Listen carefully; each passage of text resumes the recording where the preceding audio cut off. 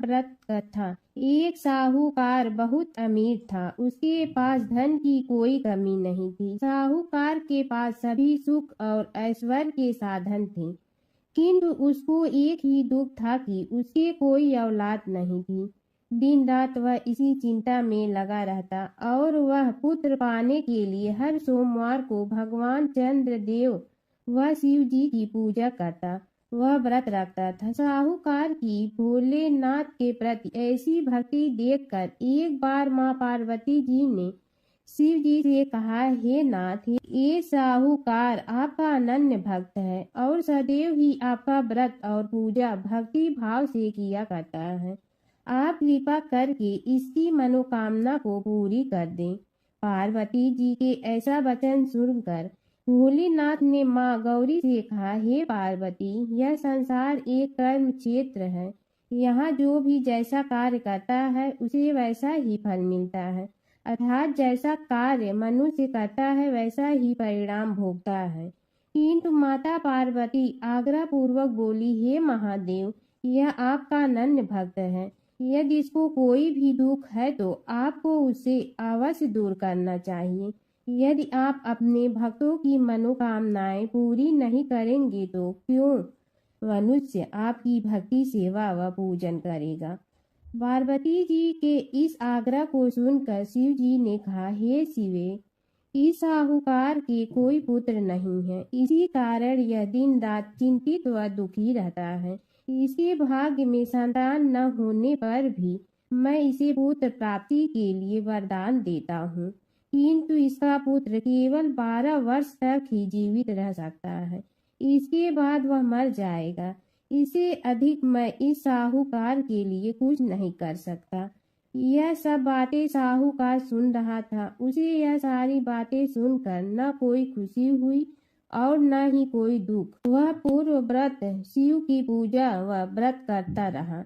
कुछ समय पश्चात साहूकार की पत्नी गर्भवती हो गई और 10वें महीने में उसने एक बहुत ही सुंदर पुत्र को जन्म दिया। साहूकार के घर में बहुत खुशियां मनाई गई, किंतु साहूकार ने अपने पुत्र की 12 वर्ष की उम्र जानकर कोई खुशी प्रकट नहीं की और इस संबंध में किसी को कोई भेद भी नहीं बताया। वह बालक धीरे धीरे बड़ा होने लगा। जब वह बालक 11 साल का हो गया तो बालक की माता ने साहूकार से उसके विवाह के लिए कहा, किंतु साहूकार ने कहा कि मैं इसे काशी जी पढ़ने भेजूंगा। साहूकार ने अपने साले को बुलाकर कहा कि तुम इस बालक को काशी पढ़ाने ले जाओ और इसे विधिवत शिक्षा ग्रहण कराओ। साहूकार ने उसको बहुत सा धन देकर कहा कि रास्ते में जहाँ कहीं भी ठहरो वहाँ यज्ञ और ब्राह्मणों को भोजन कराते जाना। इस प्रकार वह दोनों मामा भांजे रास्ते में यज्ञ करते, दान देते और ब्राह्मणों को पूजन कराते जा रहे थे। रास्ते में एक शहर पड़ा। उस शहर में राजा की कन्या का विवाह था। एक अन्य राजा का लड़का बारात लेकर आया था, लेकिन वह एक आंख से काना था। लड़के के पिता को इस बात की चिंता थी कि वर को देखकर कन्या के माता पिता विवाह में किसी प्रकार की अड़चन न डालें। इसी कारण जब उन्होंने साहूकार के अति सुंदर बेटे को देखा तो उसके मन में विचार आया कि क्यों न इस लड़के से विवाह का कार्य पूर्ण करा लिया जाए। यह विचार कर उसने लड़के और उसके मामा से कहा कि यदि आप फेरे व कन्यादान का कार्य पूर्ण करा देंगे तो आपकी बड़ी कृपा होगी और हम आपको बहुत सारा धन देंगे। साहूकार के लड़के और उसके मामा ने इस बात को स्वीकार कर लिया था। विवाह का काम भली प्रकार से पूरा हो गया। जब वह लड़का जाने लगा तो उसने चुपके से राजकुमारी की चुनरी पर लिख दिया कि तेरा विवाह मेरे साथ हुआ है, लेकिन जिसके साथ तुम्हें भेजा जाएगा वह एक आंख से काना है। मैं काशी जी को जा रहा हूँ। राजकुमारी ने जब इस प्रकार लिखा पाया तो उसने काने राजकुमार के साथ जाने से इनकार कर दिया और कहा कि यह मेरा पति नहीं है। मेरा विवाह जिसके साथ हुआ है वह काशी जी गया है। राजकुमारी के पिता ने यह सब जब सुना तो उसने अपनी कन्या को विदा करने से इनकार कर दिया। बारात वापिस चली गई। उधर साहूकार का लड़का और उसका मामा काशी जा पहुंचे, जहां लड़के ने पढ़ना शुरू किया तथा अपना अतिरिक्त समय मामा भांजा यज्ञ दान आदि में व्यतीत करने लगे। इस प्रकार कई महीने बीत गए। जब लड़का 12 साल का हुआ तो उस दिन लड़के के मामा ने यज्ञ का आयोजन कर रखा था। अचानक ही लड़के की तबीयत खराब हो गई। लड़के के मामा ने कहा कि अंदर जाकर सो जाओ। लड़का अंदर जाकर सो गया। थोड़ी देर पश्चात लड़का मर गया। जब लड़के के मामा ने देखा कि वह मर गया है तो वह बहुत दुखी हुआ। उसने सोचा कि मैं पहले यज्ञ पूरा कर लूं, तब कुछ सोचूंगा। लड़के के मामा ने यज्ञ पूरा किया और फिर रोना प्रारंभ कर दिया। वह बहुत जोर जोर से रो रहा था। संयोगवश शिव जी और पार्वती उधर से जा रहे थे। पार्वती जी ने भगवान भोलेनाथ से कहा, हे नाथ, कोई दुखी व्यक्ति रो रहा है, उसके कष्टों को दूर कर दो। जब शिव जी और पार्वती जी वहां पहुंचे तो उन्होंने देखा कि वहां पर एक लड़का मरा हुआ पड़ा है।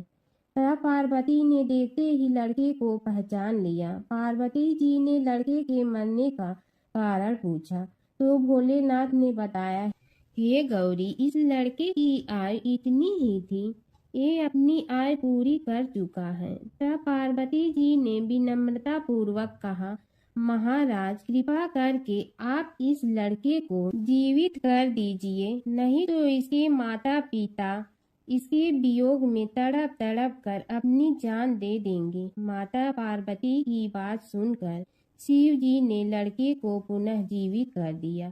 शिव जी की कृपा से लड़का जीवित हो गया। शिव शंकर व पार्वती जी शिव धाम चले गए। शिक्षा पूरी होने पर लड़का और उसका मामा पहले की तरह यज्ञ करते, ब्राह्मणों को भोजन तथा दक्षिणा देते हुए अपने घर की ओर चल दिए।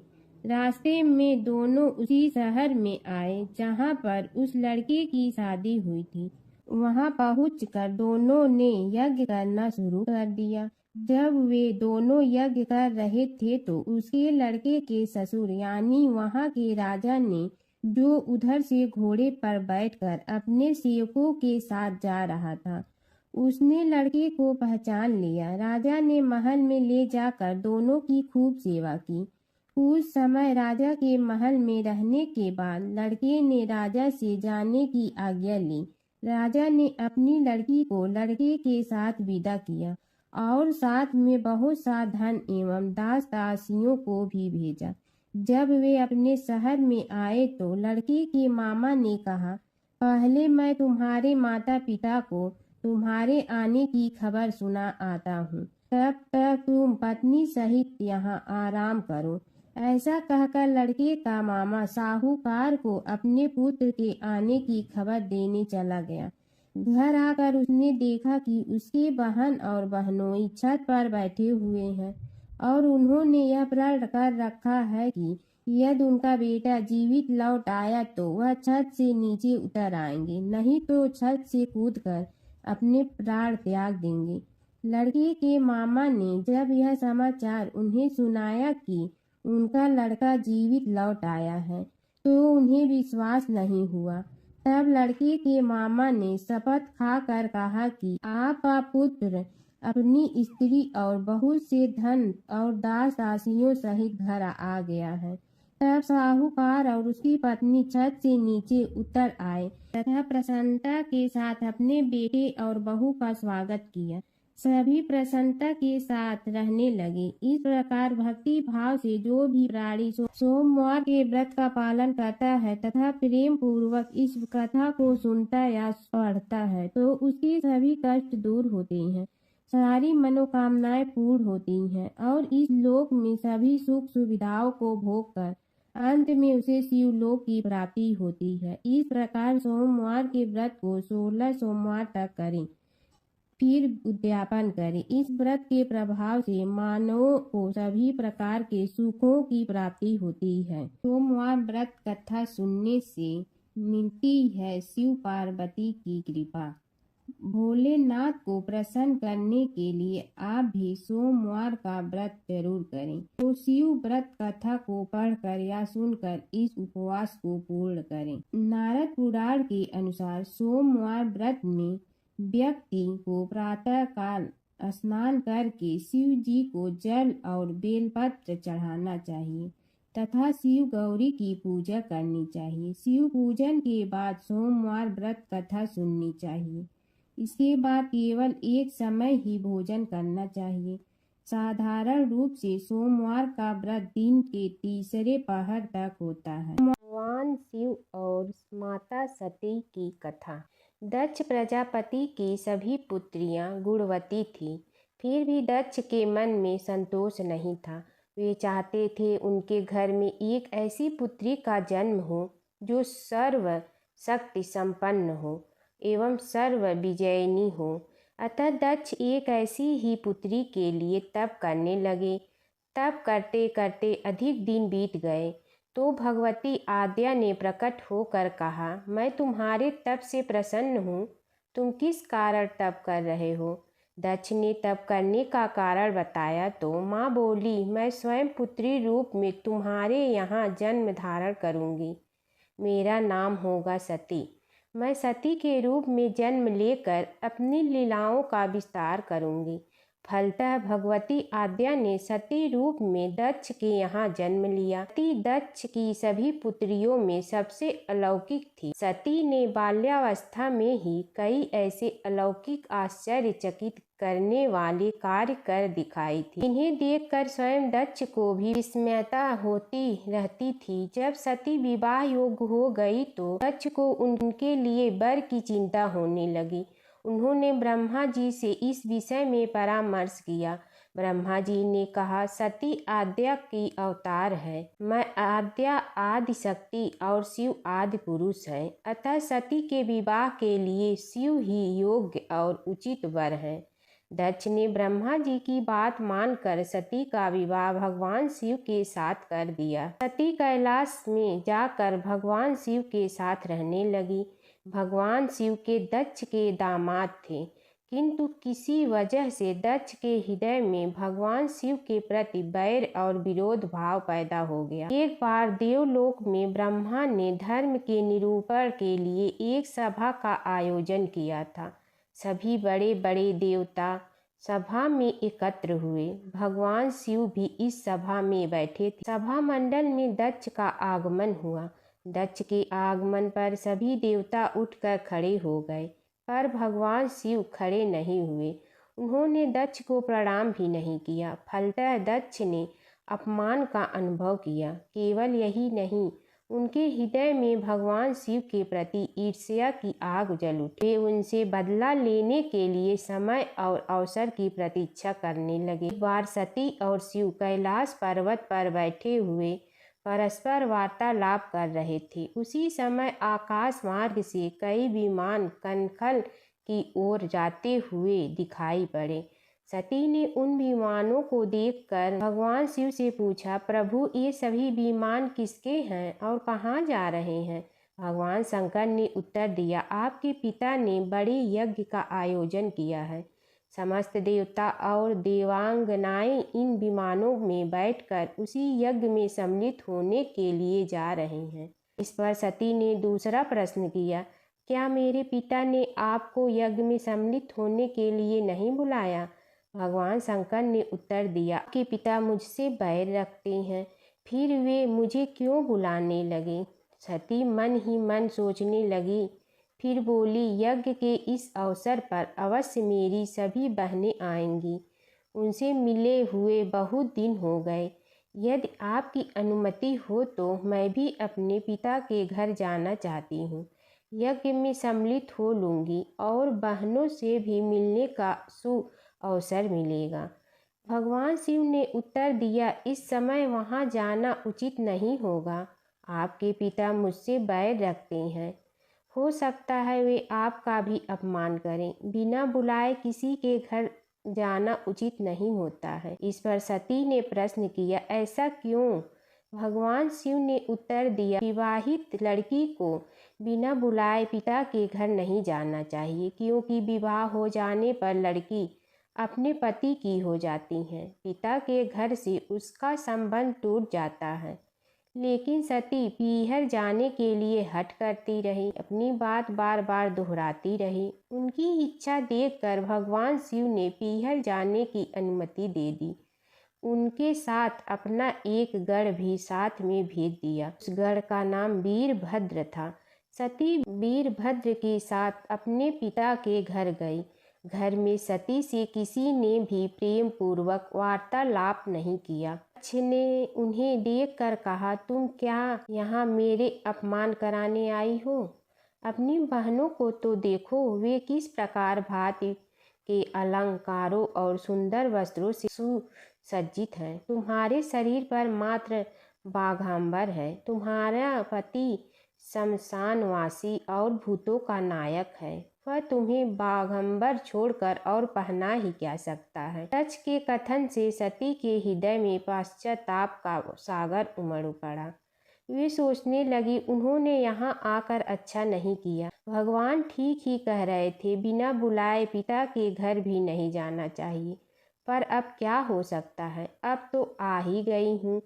पिता के कटु और अपमानजनक शब्द सुनकर भी सती मौन रही। वे उस यज्ञ मंडल में गई जहाँ सभी देवता और ऋषि मुनि बैठे थे, तथा यज्ञ कुंड में धू धू करती जलती हुई अग्नि में आहुतियाँ डाली जा रही थी। सती ने यज्ञ मंडप में सभी देवताओं के तो भाग देखे, किंतु भगवान शिव का भाग नहीं देखा। वे भगवान शिव का भाग न देखकर अपने पिता से बोली, पितृ श्रेष्ठ, यज्ञ में तो सबके भाग दिखाई पड़ रहे हैं, किंतु कैलाशपति का भाग नहीं है। आपने उनका भाग क्यों नहीं रखा?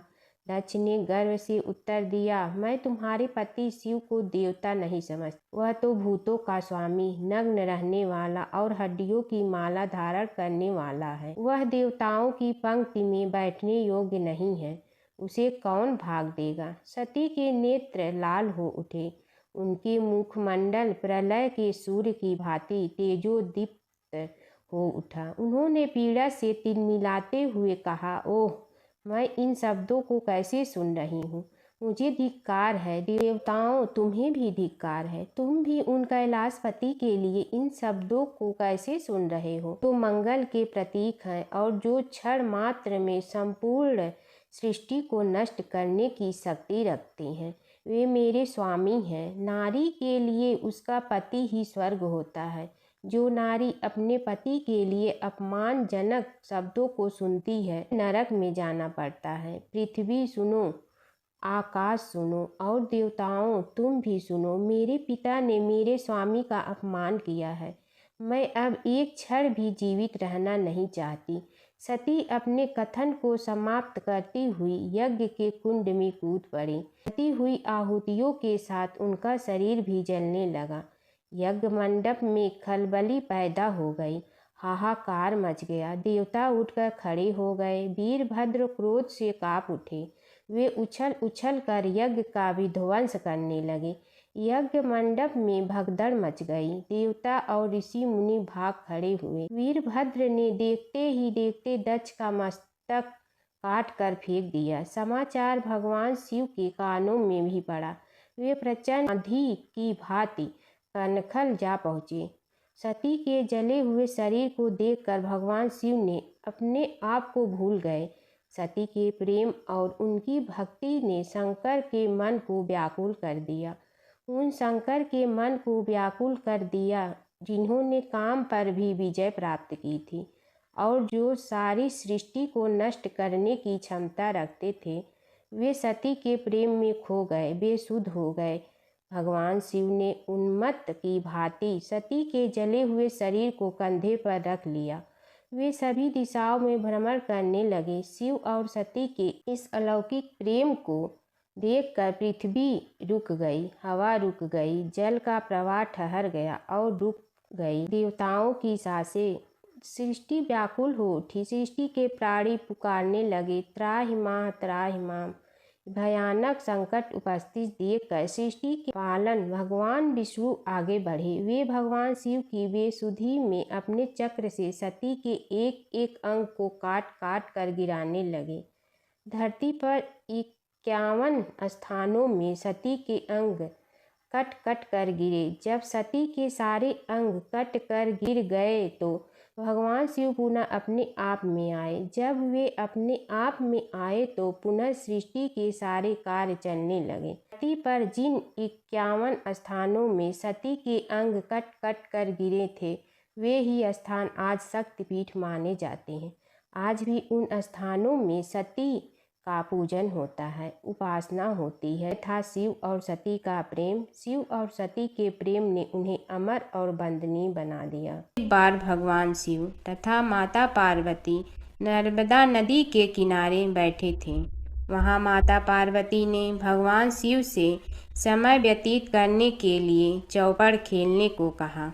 शिव चौपड़ खेलने के लिए तैयार हो गए, परंतु इस खेल में हार जीत का फैसला कौन करेगा, यह प्रश्न उनके समक्ष उठा तो भगवान शिव ने कुछ तिनके एकत्रित कर उसका एक पुतला बनाकर उसकी प्राण प्रतिष्ठा कर दी और पुतले से कहा, बेटा, हम चौपड़ खेलना चाहता हूँ, परंतु हमारी हार जीत का फैसला करने वाला कोई नहीं है, इसलिए तुम बताना कि हम दोनों में से कौन हारा और कौन जीता। उसके बाद भगवान शिव और माता पार्वती का चौपड़ खेलना शुरू हो गया। यह खेल 3 बार खेला गया और संयोग से तीनों बार माता पार्वती ही जीत गईं। खेल समाप्त होने के बाद बालक से हार जीत का फैसला करने के लिए कहा गया तो उस बालक ने महादेव को विजयी बताया। यह सुनकर माता पार्वती क्रोधित हो गई और क्रोध में उन्होंने बालक को लंगड़ा होने, कीचड़ में पड़े रहने का श्राप दे दिया। बालक ने माता पार्वती से माफ़ी मांगी और कहा कि यह मुझसे अज्ञानतावश ऐसा हुआ है, मैंने किसी द्वेष भाव में ऐसा नहीं किया है। बालक द्वारा क्षमा मांगने पर माता ने कहा, यहाँ गणेश पूजन के लिए नाग कन्याएं आएंगी, उनके कहे अनुसार तुम गणेश व्रत करो, ऐसा करने से तुम मुझे प्राप्त करोगे। यह कहकर माता पार्वती शिव के साथ कैलाश पर्वत पर चली गईं। 1 वर्ष के बाद उस स्थान पर नाग कन्याएं आईं। तब नाग कन्याओं से श्री गणेश के व्रत की विधि मालूम करने पर उस बालक ने 21 दिन लगातार गणेश जी का व्रत किया। उसकी श्रद्धा से गणेश जी प्रसन्न हुए। उन्होंने बालक को मनोवांछित फल मांगने के लिए कहा। उस पर उस बालक ने कहा, हे विनायक, मुझ में इतनी शक्ति दीजिए कि मैं अपने पैरों से चलकर अपने माता पिता के साथ कैलाश पर्वत पर पहुंच सकूं और वे यह देख प्रसन्न हों। तब बालक को वरदान देकर श्री गणेश अंतर ध्यान हो गए। इसके बाद वह बालक कैलाश पर्वत पर पहुंच गया और कैलाश पर्वत पर पहुंचने की अपनी कथा उसने भगवान शिव को सुनाई। चौपड़ वाले दिन से माता पार्वती शिव जी से विमुख हो गई थी, अतः देवी के रुष्ट होने पर भगवान शिव ने भी बालक के बताए अनुसार 21 दिनों तक श्री गणेश का व्रत किया। इस व्रत के प्रभाव से माता पार्वती के मन से भगवान शिव के लिए जो नाराजगी थी वह समाप्त हो गई। तब यह व्रत विधि भगवान शंकर ने माता पार्वती को बताई।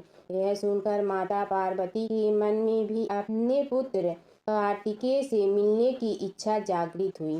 तब माता पार्वती ने भी 21 दिन तक श्री गणेश का व्रत किया तथा दूर्वा फूल और लड्डुओं से गणेश जी का पूजन अर्चन किया।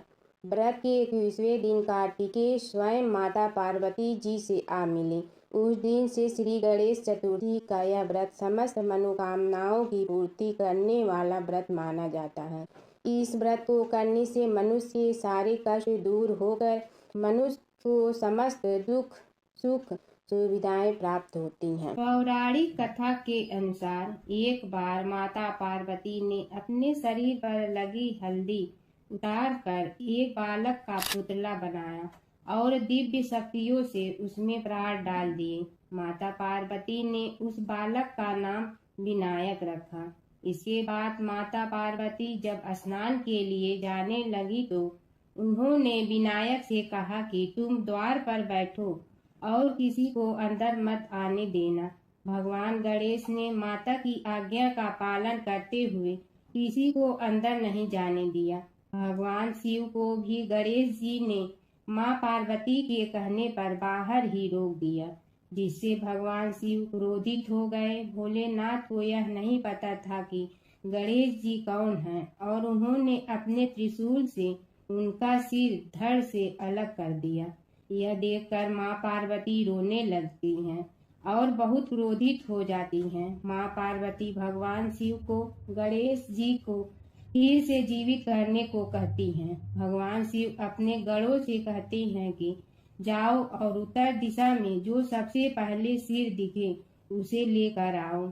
जब शिव गण सिर लेने जाते हैं तो उन्हें उत्तर दिशा में सबसे पहले इंद्र का हाथी ऐरावत मिलता है और वो उसका सिर ले जाते हैं। इसके बाद भगवान शिव अपने पुत्र गणेश जी को हाथी का सिर लगाकर जीवित कर देते हैं। एक बार अपने पुत्र के खातिर भगवान शिव और श्री कृष्ण के बीच छिड़ गया था प्रलयंकारी युद्ध। भगवान शिव जहाँ प्रलय के देवता हैं वहीं श्री कृष्ण पालन करता। दोनों के कारण ही यह जगत सुचारू रूप से चल रहा है और दोनों महाशक्तिशाली हैं। लेकिन कभी आपने सोचा है कि अगर कभी दोनों में युद्ध हुआ तो उसका इस संसार पर क्या असर पड़ेगा और दोनों में से विजयी कौन होगा? चलिए जानते हैं एक पौराणिक कथा जहां इन दोनों के भयंकर युद्ध का वर्णन मिलता है। पौराणिक कथा के अनुसार एक बार राजा बलि के सबसे बड़े पुत्र बाणासुर ने शिवपुत्र कार्तिकेय की सुंदरता से मोहित होकर भगवान शिव का पुत्र बनने की इच्छा जताई। उसने भगवान शिव की कठोर तपस्या की, जिसके बाद शिव जी ने उसे अपने पुत्र के रूप में स्वीकार कर लिया। एक समय ऐसा आया जब बाणासुर की पुत्री उषा को श्री कृष्ण के पुत्र अनिरुद्ध से प्रेम हो गया। उषा की मायावी मित्र अप्सरा चित्रलेखा ने अनिरुद्ध और उषा का गंधर्व विवाह करा दिया। जब बाणासुर को यह बात पता चली तो उसने अनिरुद्ध का अपहरण कर उसे अपना बंदी बना लिया।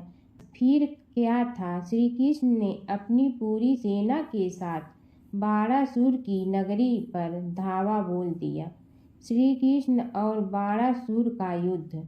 बाणासुर श्री कृष्ण की नारायणी सेना से अकेले नहीं लड़ सकता था, इसलिए उसने भगवान शिव से मदद मांगी। अब युद्ध में श्री कृष्ण की नारायणी सेना के विरुद्ध बाणासुर की सेना के साथ भगवान शिव और कुमार कार्तिकेय भी लड़ रहे थे। युद्ध इतना भयानक था कि एक पल को लगा कि भगवान शंकर ने अग्निशस्त्र से गरुड़ पर सवार श्री कृष्ण, बलराम और प्रद्युम्न मारे गए। लेकिन उसी समय श्री कृष्ण ने वरुणास्त्र का प्रयोग कर महादेव के अग्नेस्त्र को शांत कर दिया। फिर शिव जी के अस्त्रों के जवाब में श्री कृष्ण ने वैष्णवास्त्र का प्रयोग किया, जिससे संपूर्ण जगत अंधकार में डूब गया। गुस्से में भगवान शंकर ने 4 पंखा वाला बाण अपने हाथ में ले लिया तो श्री कृष्ण ने जीभरास्त्र उठाया। इस तरह यह युद्ध समय के साथ विकराल हो गया और इस युद्ध से समस्त सृष्टि में हाहाकार मच गया। तब ब्रह्मा जी को युद्ध रोकने आना पड़ा। उन्होंने दोनों को सारी स्थिति स्पष्ट की कि किस प्रकार उनके युद्ध से संसार का विनाश हो रहा है। उनके समझाने के बाद महादेव युद्ध में पीछे हट गए, लेकिन कार्तिकेय और बाणासुर भगवान श्री कृष्ण से युद्ध करते रहे। जब श्री कृष्ण ने बाणासुर को परास्त किया, अंत में भगवान श्री कृष्ण ने युद्ध में बाणासुर को पराजित करने के लिए अपना सुदर्शन चक्र प्रयोग किया और उसकी मदद से बाणासुर के सहस्त्र भुजाओं को काट डाला। जैसे ही श्री कृष्ण अपने चक्र से उसका वध करने लगे, कार्तिकेय के साथ महादेव वहां फिर से पहुंच गए, लेकिन इस बार उन्होंने युद्ध करने के बजाय श्री कृष्ण से बाणासुर को माफ करने का अनुरोध किया। भगवान शिव ने श्री कृष्ण से कहा कि मैंने इसे अभय दान दिया है, इसलिए अगर आप इसका वध कर देंगे तो मेरा वचन झूठा पड़ जाएगा। शिव जी के ऐसा कहने पर श्री कृष्ण ने बाणासुर को क्षमा कर दिया और अनिरुद्ध उषा सहित अपनी पूरी सेना लेकर वहां से चल दिए। बाणासुर को आज भी अजर अमर माना जाता है और बाद में भगवान शिव के उसे अपने गढ़ों में शामिल कर लिया। शिव के गढ़, नंदी का कथा। नंदी कैसे बने शिव के गढ़? शिव की घोर तपस्या के बाद शिलाद ऋषि ने नंदी को पुत्र रूप में पाया था। शिलाद ऋषि ने अपने पुत्र नंदी को संपूर्ण वेदों का ज्ञान प्रदान किया। एक दिन शिलाद ऋषि के आश्रम में मित्र और वरुण नाम के दो दिव्य ऋषि पधारे। नंदी ने अपने पिता की आज्ञा से उन ऋषियों की उन्होंने अच्छे से सेवा की। जब ऋषि जाने लगे तो उन्होंने शिलाद ऋषि को तो लंबी उम्र और खुशहाल जीवन का आशीर्वाद दिया, लेकिन नंदी को नहीं। तब शिलाद ऋषि ने उनसे पूछा कि उन्होंने नंदी को आशीर्वाद क्यों नहीं दिया। इस पर ऋषियों ने कहा कि नंदी अल्पायु है। यह सुनकर शिलाद ऋषि चिंतित हो गए। पिता की चिंता को नंदी ने जानकर पूछा, क्या बात है पिताजी? तब पिताजी ने कहा कि तुम्हारी अल्पायु के बारे में ऋषि कह गए हैं, इसीलिए मैं चिंतित हूँ। यह सुनकर नंदी हंसने लगा और कहने लगा कि आपने मुझे भगवान शिव की कृपा से पाया है, तो मेरी उम्र की रक्षा भी वही करेंगे। आप क्यों चिंता करते हैं? इतना कहते ही नंदी भुवन नदी के किनारे शिव की तपस्या करने के लिए चले गए। कठोर तप के बाद शिव जी प्रकट हुए और कहा, वरदान मांगो वत्स। तब नंदी ने कहा कि मैं उम्र भर आपके सानिध्य में रहना चाहता हूँ। नंदी के समर्पण से प्रसन्न होकर भगवान शिव ने नंदी को पहले अपने गले लगाया और उन्हें बैल का चेहरा देकर उन्हें अपने वाहन, अपना दोस्त, अपने गढ़ों में सर्वोत्तम के रूप में स्वीकार कर लिया। फागुन मास की कथा। फागुन मास की कथा के अनुसार सतयुग की बात है। उस समय एक बड़ा ही धर्मात्मा राजा का राज्य था। उसके राज्य में एक ब्राह्मण था, उसका नाम था विष्णु शर्मा। विष्णु शर्मा के 7 पुत्र थे और वे सातों अलग अलग रहते थे। जब विष्णु शर्मा का वृद्धावस्था का समय आया तो उसने सब बहुओं से कहा, तुम सब गणेश का व्रत करो। स्वयं विष्णु शर्मा भी इस व्रत को किया करता था। अब बूढ़ा हो जाने पर वो यह दायित्व अपनी बहुओं को सौंपना चाहता था। जब उसने बहुओं से इस व्रत के लिए कहा तो बहुओं ने नाक सिकोड़ते हुए उसकी आज्ञा न मानकर उसका अपमान कर दिया। अंत में छोटी बहू ने अपने ससुर की बात मान ली और पूजन के सामान का व्यवस्था करके ससुर के साथ व्रत किया तथा भोजन नहीं किया और ससुर को भोजन करा दिया। जब आधी रात बीती तो विष्णु शर्मा को उल्टी और दस्त होने लगे। तब छोटी बहू ने मलमूत्र में भरे गंदे कपड़ों को साफ करके ससुर के शरीर को धोया और पोंछा। पूरी रात बिना कुछ खाए पिए जागती रही। फिर गणेश जी ने उन दोनों पर अपनी कृपा की। ससुर का स्वास्थ्य ठीक हो गया और छोटी बहू का घर धन धान्य से पूर्ण हो गया। तत्पश्चात अन्य बहुओं को भी इस घटना से प्रेरणा मिली और उन्होंने भी श्री गणेश जी का व्रत किया। अतः फाल्गुन मास में जो भी व्यक्ति सच्चे मन से गणेश जी का व्रत करता है, भगवान गणेश उसकी सभी मनोकामनाएं पूरी करते हैं। भगवान शिव की कथा। प्राचीन काल की बात है, सृष्टि के पालन पोषण के लिए ब्रह्मा, विष्णु और महेश तीनों देवताओं का विशेष स्थान है। इनमें भगवान शिव को भोलेनाथ कहा जाता है, क्योंकि वे सच्चे मन से की गई भक्ति से शीघ्र प्रसन्न हो जाते हैं। एक बार देवताओं और असुरों ने समुद्र मंथन किया। मंथन से अनेक रत्न निकले, पर अंत में एक भयंकर विष भी निकला, जिससे पूरी सृष्टि नष्ट होने का संकट आ गया। तब सभी देवता भगवान शिव के पास पहुँचे। सृष्टि की रक्षा के लिए शिव जी ने वह विष अपने कंठ में धारण कर लिया। विष के प्रभाव से उनका कंठ नीला हो गया। तभी से वे नीलकंठ कहलाए।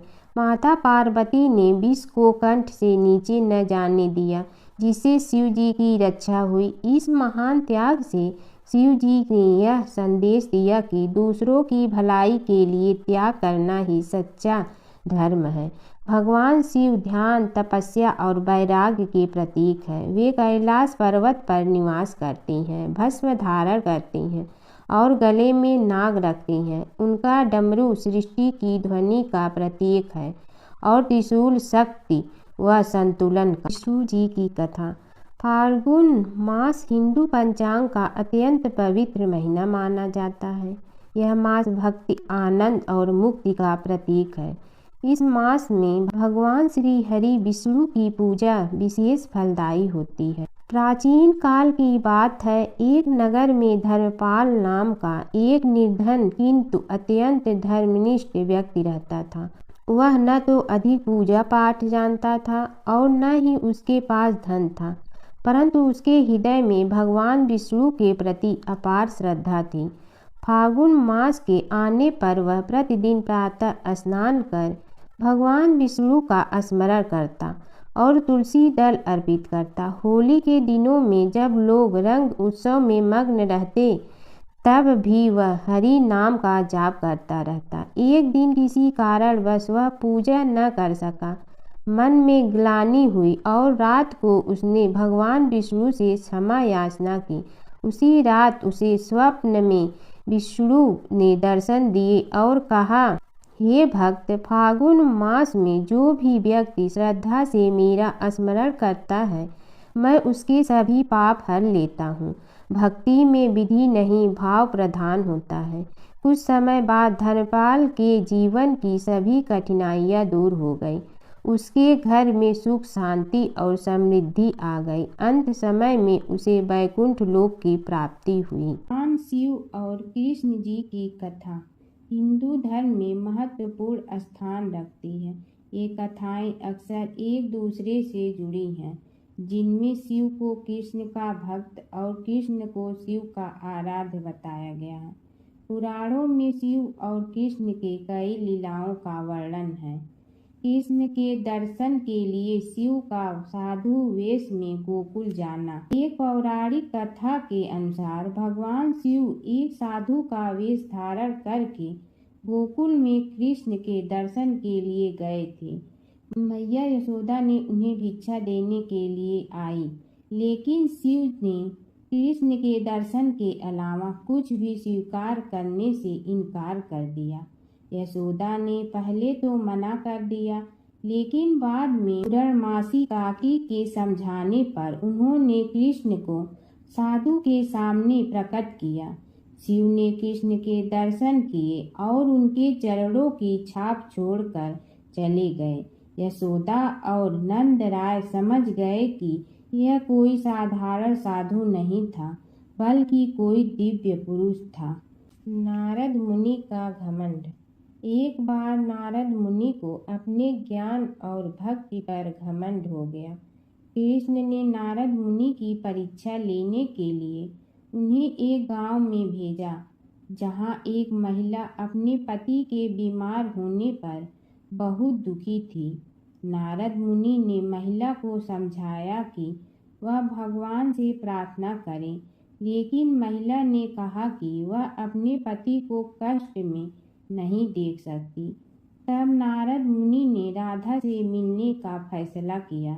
राधा ने नारद मुनि को चरणामृत दिया और कहा कि वह इसे अपने पति को दे। नारद मुनि ने जब राधा से चरणामृत लिया तो उन्हें एहसास हुआ कि राधा का प्रेम कृष्ण के प्रति सबसे महान है। इस घटना के बाद नारद मुनि का घमंड चूर चूर हो गया। नारद मुनि और कृष्ण की लीला। नारद मुनि अक्सर कृष्ण की लीलाओं में शामिल होते थे। एक बार नारद मुनि इंद्र के दरबार से द्वारका जा रहे थे। रास्ते में उन्होंने पारिजात वृक्ष का एक फूल लिया और कृष्ण को दे दिया। कृष्ण ने वह फूल रुक्मिणी को दे। नारद मुनि ने देखा कि कृष्ण ने वह फूल रुक्मिणी को दिया तो उन्हें बहुत खुशी हुई। एक समय की बात है कि विष्णु भगवान का विवाह लक्ष्मी जी के साथ निश्चित हो गया। विवाह की तैयारी होने लगी। सभी देवताओं को निमंत्रण भेजे गए, परंतु गणेश जी को निमंत्रण नहीं दिया। कारण जो भी रहा हो, अब भगवान विष्णु की बारात जाने का समय आ गया। सभी देवता अपनी पत्नियों के साथ विवाह समारोह में आए। उन सब ने देखा कि गणेश जी कहीं दिखाई नहीं दे रहे हैं। तब वे आपस में चर्चा करने लगे कि क्या गणेश जी को कोई न्योता नहीं दिया है या स्वयं गणेश जी ही नहीं आए हैं। सभी को इस बात पर आश्चर्य होने लगा। तभी सब ने विचार किया कि विष्णु भगवान से ही इसका कारण पूछा जाए। विष्णु भगवान से पूछने पर उन्होंने कहा कि हमने गणेश जी के पिता भोलेनाथ महादेव को न्योता भेजा है। यदि गणेश जी अपने पिता के साथ आना चाहते हैं तो आ जाते, अलग से न्योता देने की कोई आवश्यकता भी नहीं थी। दूसरी बात यह है कि उनको 1.25 मन मूंग, 1.25 मन चावल, 1.25 मन घी और 1.25 मन लड्डू का भोजन दिन भर में चाहिए। यदि गणेश जी नहीं आएंगे तो कोई बात नहीं, दूसरे के घर जाकर इतना सारा खाना पीना अच्छा भी नहीं लगता। इतनी वार्ता कर ही रहे थे कि किसी एक ने सुझाव दिया, यदि गणेश जी आ भी जाए तो उनके द्वारपाल बनाकर बैठा देंगे कि आप घर की याद रखना। आप तो चूहे पर बैठकर धीरे धीरे चलोगे तो बारात से बहुत पीछे रह जाओगे। यह सुझाव भी सबको पसंद आ गया तो विष्णु भगवान ने भी अपनी सहमति दे दी। होना क्या था कि इतने में गणेश जी वहां आ पहुंचे और उन्हें समझा बुझा कर घर की रखवाली करने बैठा दिया गया। बारात चल रही थी, तब नारद जी ने देखा कि गणेश जी तो दरवाजे पर ही बैठे हुए हैं, तो वे गणेश जी के पास गए और रुकने का कारण पूछा। गणेश जी कहने लगे कि विष्णु भगवान ने मेरा बहुत अपमान किया है। नारद जी ने कहने लगे कि अपनी मूसक देना को आगे भेज दे तो वह रास्ता खोद देगी, जिससे उनके वाहन धरती में धंस जाएंगे। तब आपको सम्मान पूर्वक बुलाना पड़ेगा। अब तो गणेश जी ने अपनी मूसक सेना जल्दी से आगे भेज दी और सेना ने जमीन पोली कर दी। जब बारात वहां से निकली तो रथों के पहिए धरती में धंस गए। लाख कोशिश करे परंतु पहिए नहीं निकले। सभी ने अपने अपने उपाय किए परंतु पहिए तो नहीं निकले, बल्कि जगह जगह से टूट गए। किसी की समझ में नहीं आ रहा था कि अब क्या किया जाए। तब तो नारद जी ने कहा, आप लोगों ने गणेश जी का अपमान करके अच्छा नहीं किया। यदि उन्हें मना कर लाया जाए तो आपका कार्य सिद्ध हो सकता है और यह संकट टल सकता है। शंकर भगवान ने अपने दूत नंदी को भेजा और वे गणेश जी को लेकर आए। गणेश जी का आदर सम्मान के साथ पूजन किया। तब कहीं रथ के पहिए निकले। अब रथ के पहिए निकल के परंतु टूट गए तो उन्हें सुधारे गए। पास के खेत में खाती काम कर रहा था, उसे बुलाया गया। खाती अपना कार्य करने के पहले श्री गणेशाय नमः कहकर गणेश जी की वंदना मन ही मन करने लगा। देखते ही देखते खाती ने सभी पहियों को ठीक कर दिया। तब खाती कहने लगा कि हे देवताओं, आपने सर्वप्रथम गणेश जी को नहीं मनाया होगा और न ही उनकी पूजन की होगी, इसीलिए तो आपके साथ यह संकट आया है। हम तो मूर्ख अज्ञानी हैं, फिर भी पहले गणेश जी को पूजते हैं, उनका ध्यान करते हैं। आप लोग तो देवतागण हैं, फिर भी आप गणेश जी को कैसे भूल गए?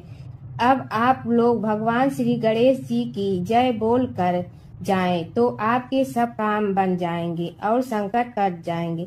ऐसा कहते हुए बारात वहां से चल दी और विष्णु भगवान को लक्ष्मी जी के साथ विवाह संपन्न करा के सभी सकुशल घर लौट आए। हे गणेश जी महाराज, आपने विष्णु को जैसे कारज सारियो ऐसे कारज सबको सिद्ध कर जो। बोलो गजानन भगवान की जय। प्राचीन काल की बात है। नैमिषारण्य क्षेत्र में ऋषि, महर्षि और साधु संतों का समाज जुड़ा था। उसमें श्री सूत जी भी विद्यमान थे। शौनक जी ने उनकी सेवा में उपस्थित होकर निवेदन किया कि हे अज्ञान रूप घोर तिमिर को नष्ट करने में करोड़ों सूर्यों के समान प्रकाशमान श्री सूत जी, हमारे कानों के लिए अमृत के समान जीवन प्रदान करने वाले कथा तत्व का वर्णन कीजिए। हे सूत जी, हमारे हृदयों में ज्ञान के प्रकाश की वृद्धि तथा भक्ति, वैराग्य और विवेक की उत्पत्ति जिस कथा से हो सकती हो, वह हमारे प्रति कहने की कृपा कीजिए। शौनक जी की जिज्ञासा से सूत जी बड़े प्रसन्न हुए। पुरातन इतिहासों के स्मरण से उनका शरीर पुलकायमान हो रहा था। वे कुछ देर उसी स्थिति में विराजमान रहकर कुछ विचार करते रहे और अंत में बोले, शौनक जी, इस विषय में आपके चित्त में बड़ी जिज्ञासा है। आप धन्य हैं जो सदैव ज्ञान की प्राप्ति में तत्पर रहते हुए विभिन्न पुराण कथाओं की जिज्ञासा रखते हैं। आज मैं आपको ज्ञान के परम स्रोत रूप श्री गणेश जी का जन्म कर्म रूप चरित्र सुनाऊंगा। गणेश जी से ही सभी ज्ञानों, सभी विद्याओं का उद्भव हुआ है। अब आप सावधान चित्त से विराजमान हो। श्री गणेश जी के ध्यान और नमस्कार पूर्वक उनका चरित्र श्रवण करें। नमस्तस्मै गणेशाय ब्रह्मा विद्या प्रदायिनी यनागस्त्यसमः साक्षात विघ्न सागर सोसड़े।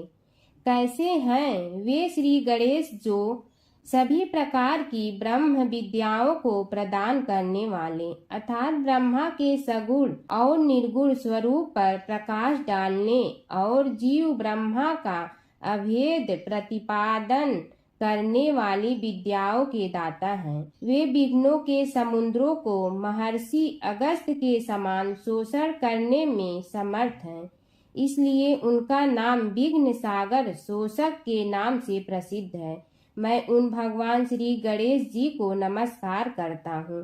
प्रथम पूजा के अधिकारी श्री गणेश जी, यह कहकर सूत जी कुछ समय के लिए मौन हो गए और फिर बोले, शौनक जी, भगवान गणेश जी ही सर्वप्रथम पूजा प्राप्ति के अधिकारी हैं। किसी भी देवता की पूजा करो, पहले उनकी पूजा करो। शौनक जी ने निवेदन किया, हे भगवान, हे सूत, सर्वप्रथम यह बताने की कृपा कीजिए कि गणेश जी को प्रथम पूजा का अधिकार किस प्रकार प्राप्त हुआ। इस विषय में मेरी बुद्धि मोह को प्राप्त हो रही है कि सृष्टि रचयिता ब्रह्मा जी, पालन करता भगवान नारायण और संहार करता शिव जी में से किसी को प्रथम पूजा का अधिकारी क्यों नहीं माना गया। यह त्रिदेव ही तो सबसे बड़ा देवता माने जाते हैं। सूत जी ने कहा, शौनक जी, यह भी एक रहस्य ही है। देखो, अधिकार मांगने से नहीं मिलता, इसके लिए योग्यता होनी चाहिए। संसार में अनेकों देवी देवताएं पूजे जाते हैं। पहले जो जिसका इष्ट देव होता है वह उसी की पूजा किया करता है। इससे बड़े देवताओं के महत्व में कमी आने की आशंका उत्पन्न हो गई। इस कारण देवताओं में परस्पर विवाद होने लगा। वे उसका निर्णय प्राप्त करने के लिए शिव जी के पास पहुँचे और प्रणाम करके पूछने लगे, प्रभु, हम सब में प्रथम पूजा का अधिकारी कौन है?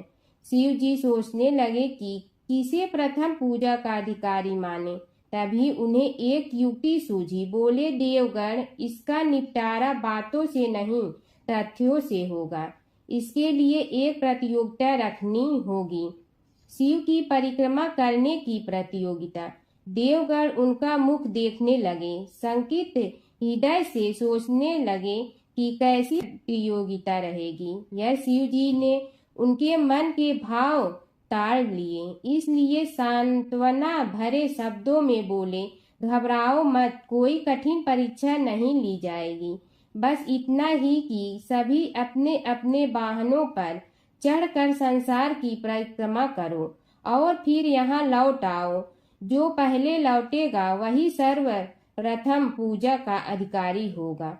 अब क्या देर थी, सभी अपने अपने वाहन पर चढ़कर दौड़ पड़े। किसी का वाहन गजराज था तो किसी का सिंह, किसी का भैंसा तो किसी का मृग, किसी का हंस तो किसी का उल्लू, किसी का अश्व तो किसी का श्वान। अभिप्राय यह है कि वाहनों को विविधता के दर्शन उस समय जितने भले प्रकार से हो सकते थे उतने अन्य समय में नहीं।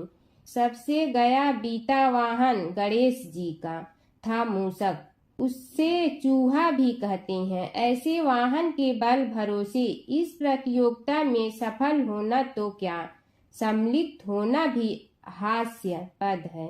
गणेश जी ने सोचा, छोड़ो, क्या होगा प्रतियोगिता में भाग लेने से, हम तो यहाँ बैठे रहकर ही तमाशा देखेंगे। वे बहुत देर तक विचार करते रहे। अंत में उन्हें एक युक्ति सूझी।